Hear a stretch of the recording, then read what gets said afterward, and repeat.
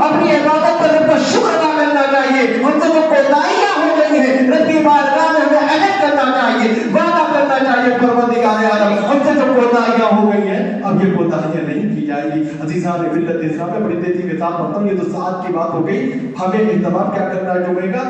اللہ کے رسول صلی اللہ علیہ وسلم نے ارشاد فرمایا کہ جو بندہ جمعہ کے دن نہاتا ہے, اغتسال کرتا ہے, غسل کرتا ہے, تو اللہ رب العزت اس کے جسم سے جتنے بھی قطرے گرتے ہیں ان قطروں کے بدلے میں اللہ رب العزت اسے نیکی عطا فرماتا ہے اور اس کے گناہوں کو اس طریقے سے صاف فرماتا ہے جس طریقے سے پانی اس کے بدن سے بہتا ہے. لہٰذا ہمیں پتہ چلا کہ جمعہ کا دن ہمیں نہانا یہ مستحب عمل ہے, رسول کائنات کی سنت عمل ہے.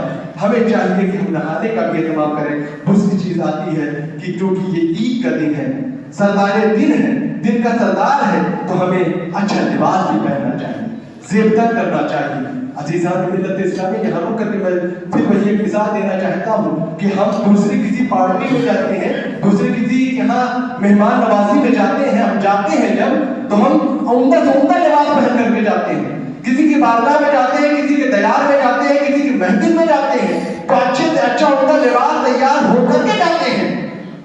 ہائے میری ہم لوگوں کی قسمت, ہم جب پروردگار عالم کی بارگاہ میں آتے ہیں کیا یوں ہی چلے جائیں گے؟ نہیں نہیں, اسی لیے کہ رسول کائنات صلی اللہ علیہ وسلم نے ارشاد فرمایا اگر میسر ہو تو وہ اچھا سے اچھا عمدہ سے عمدہ لباس پہن کر کے نماز جمعہ کے لیے مسجد میں جائے, اور ہو سکے اگر میسر ہو تو اپنے سے اچھی خوشبو بھی لگائے. اسی لیے کہ جو خوشبو لگائے گا, جو فرشتے آتے ہیں نا, اس کے نام اعمال میں نیکیوں لکھنے کے لیے اللہ رب العزت جو فرشتوں کا نزول کرتا ہے, جو فرشتے آتے ہیں وہ جب مہک کو سونگتے ہیں تو وہ اس کے نام اعمال میں نیکیوں کا اضافہ کرتے ہیں اور بارگاہ خدا بندی میں دعا کرتے ہیں اے پروردگار عالم تو نے تیرے اس بندے کو اچھی خوشبو سنائی ہے, اے اللہ رب العزت تیری بارگاہ میں میں دعا اس بندے کے حق میں کرتا ہوں, اے پروردگار عالم اس کی مغفرت فرما دے, اس کے گناہوں میں معافی عطا کر دے. تو ہمیں نہانا بھی ہے, عمدہ کپڑے بھی پہننا ہے, اور ہمیں ساتھ ہی ساتھ خوشبو بھی لگانی ہے. ہو سکے تو مسواک کر کے آئیں. اور اہتمام جمعہ میں نے بتایا بلکہ یہ قرآن کا فرمان ہے, شریعت کا قانون ہے کہ جیسے ہی اذان ہو جائے ہمیں تمام اپنی مصروفیات کو چھوڑ کر کے, تمام مصروفیات کو علیحدہ کر کے ہمیں اللہ کے ذکر کی طرف دوڑنا ہے, ہمیں اللہ کے گھر کی طرف دوڑنا ہے. اور یہ شریعت کا قانون ہے.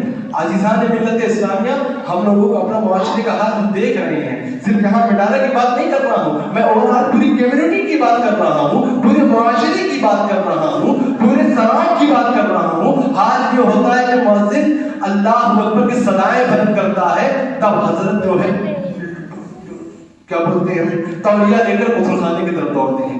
عزیزان ملت اسلامیہ, یہ تمام تیاریاں ہمیں پہلے کر لینی ہیں, یہاں تک کہ جیسے ہی اللہ اکبر کی صدائیں بلند ہو ہمیں مسجد کی طرف دوڑ پڑنا ہے. میں نے اس پر تفصیلی گفتگو کر کے ایک حدیثیں بھی آپ کے سامنے رکھی تھی, کس طریقے سے فرشتے دروازے پر آ کر کے پہلے آنے والوں کا نام لکھتے ہیں, پھر اس کے بعد آنے والوں کا نام لکھتے ہیں, پھر تیسرے بعد آنے والوں کا نام لکھتے ہیں, وہ سارے طبقات بنا کر نام لکھتے ہیں, اور جیسے ہی امام داخل ہوتا ہے رجسٹر بند کر دیتے ہیں. عزیزان ملت اسلامیہ, اس سے ہمیں یہ پتہ چلتا ہے کہ ہمیں جمعہ کے دن مسجد میں جلدی جانا چاہیے, سبقت لے جانی چاہیے کہ فلاں سے پہلے ہم پہنچ جائیں, فلاں سے پہلے ہم پہنچ جائیں, فلاں سے پہلے ہم پہنچ جائیں. عزیزان ملت اسلامیہ, ہمیں جلدی کرنا ہے.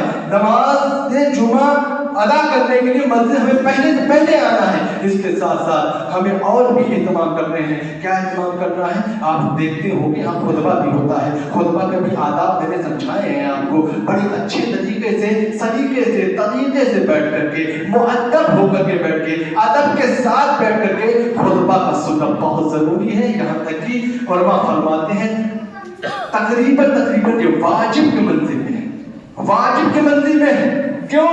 اس لیے کہ جب رسول کائنات صلی اللہ علیہ وسلم خطبہ ارشاد فرمایا کرتے تھے تو صحابہ کرام کا حال یہ ہوا کرتا تھا کہ صحابہ کرام کے سر پر پرندہ بیٹھ کر کے آرام کر کے اڑ جاتا تھا, اس صحابی کو خبر نہیں ہوتی تھی کہ ہمارے سر پر پرندہ بیٹھا, پرندہ بیٹھنے کے بعد اڑ کر کے چلا گیا. یعنی کہ جنبش نہیں کرتے تھے, مؤدب ہو کر کے رسول کائنات صلی اللہ علیہ وسلم خطبہ سنا کرتے تھے. थे। अज़ीज़ान मिल्लत इस्लामिया, हमको भी चाहिए कि जो खुतबा होता है उसको भी बाअदब मुअद्दब होकर के सुना करें। इसमें सुनने का भी सवाब मिलेगा, अल्लाह रब्बुल इज्जत आपके नामे अमाल में नेकियों का भी इजाफा करेगा। इसी तरीके से आप देखते होंगे, इसीलिए तो बात उलमा ने यहाँ तक लिखा कि जब खुतबा शुरू हो जाए तो अदब का तकाजा ये है कि हम दो जानू होकर के बैठ जाएं।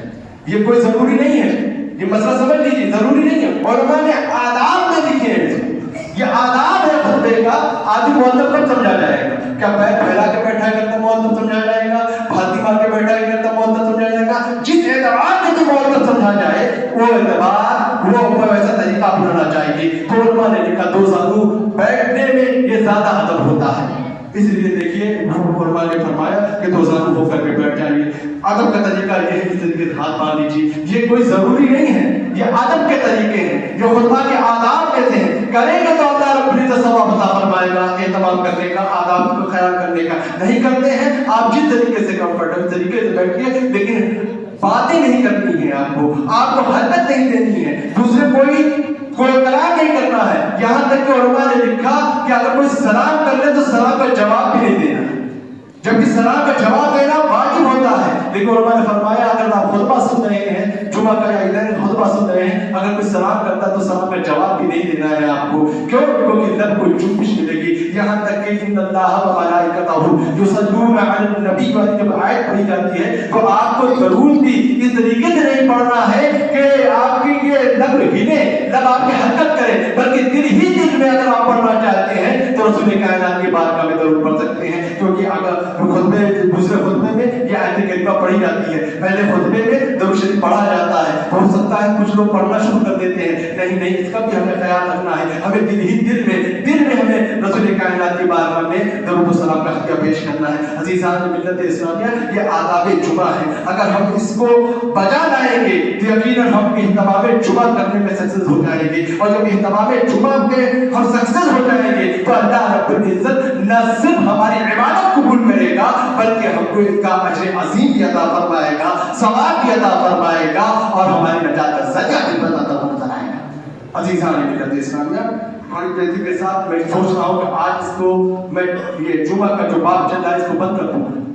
बस आखिरी बात, जुमा का खुतबा हमें बड़े अदब के साथ बगैर किसी हरकत नहीं करना। मैंने बताया सहाबा किराम के सरों पर चिड़िया बैठ कर उड़ जाया करती थी। दूसरे सहाबा जो पीछे होते थे वो बताते थे कि तुम्हारे सर पर फला चिड़िया बैठी थी, वो बैठ कर उड़ गई थी, तब उसको पता चलता था अच्छा हमारे सर पर चिड़िया बैठ गई थी। इस तरीके से हमें बैठना है और जिस तरीके से आप अमल करेंगे तो आने वाली नस्लें हैं आपको देख करके ही अमल करेंगी। तो हमको और भी लाजिम है कि हम और भी चीजें करके अपनी आने वाली नस्लों को सिखाएं ताकि आने वाली जो हमारी नस्लें हैं वो सही मानों पर शरीयत की पाबंदी कर सकें, सही मानों पर कानून की पासदारी कर सकें। अज़ीज़ान मिल्लत इस्लामिया, और एक बड़ी जरूरी और अहम बात है वो ये है, कुछ लोग ये समझते हैं, इसी पर बात खत्म हुई थी पिछले जुमे में, कि 2 रकात नमाज सिर्फ पढ़ना है और पढ़ करके निकल जाना है। नमाज मेरी मुकम्मल हो गई, नमाज मेरी पूरी हो गई। नहीं मेरे अजीजों, ऐसा नहीं है। आप दुनिया में किसी भी मुफ्ती से पूछ लीजिएगा, किसी भी आदमी से पूछ लीजिएगा, जुमा की नमाज के बाद जो नमाजें बचती हैं वो सुन्नत मुअक्कदा के दर्जे में होती हैं। और सुन्नत मुअक्कदा ये तकरीबन वाजिब के मंजिल में होता है।